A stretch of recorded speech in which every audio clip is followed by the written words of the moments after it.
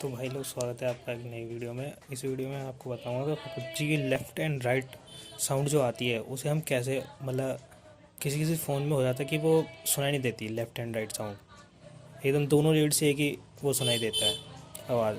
तो इसे फिक्स कैसे करें, तो इसे आप वीडियो को देखें। पहले आप एसेसिबिलिटी, अपनी सेटिंग, फ़ोन की सेटिंग में एसेसिबिलिटी में देखें। एसेसिबिलिटी में एक आएगा मोनो ऑडियो के नाम से, उसको अगर वो ऑन है तो उसे ऑफ़ कर दो।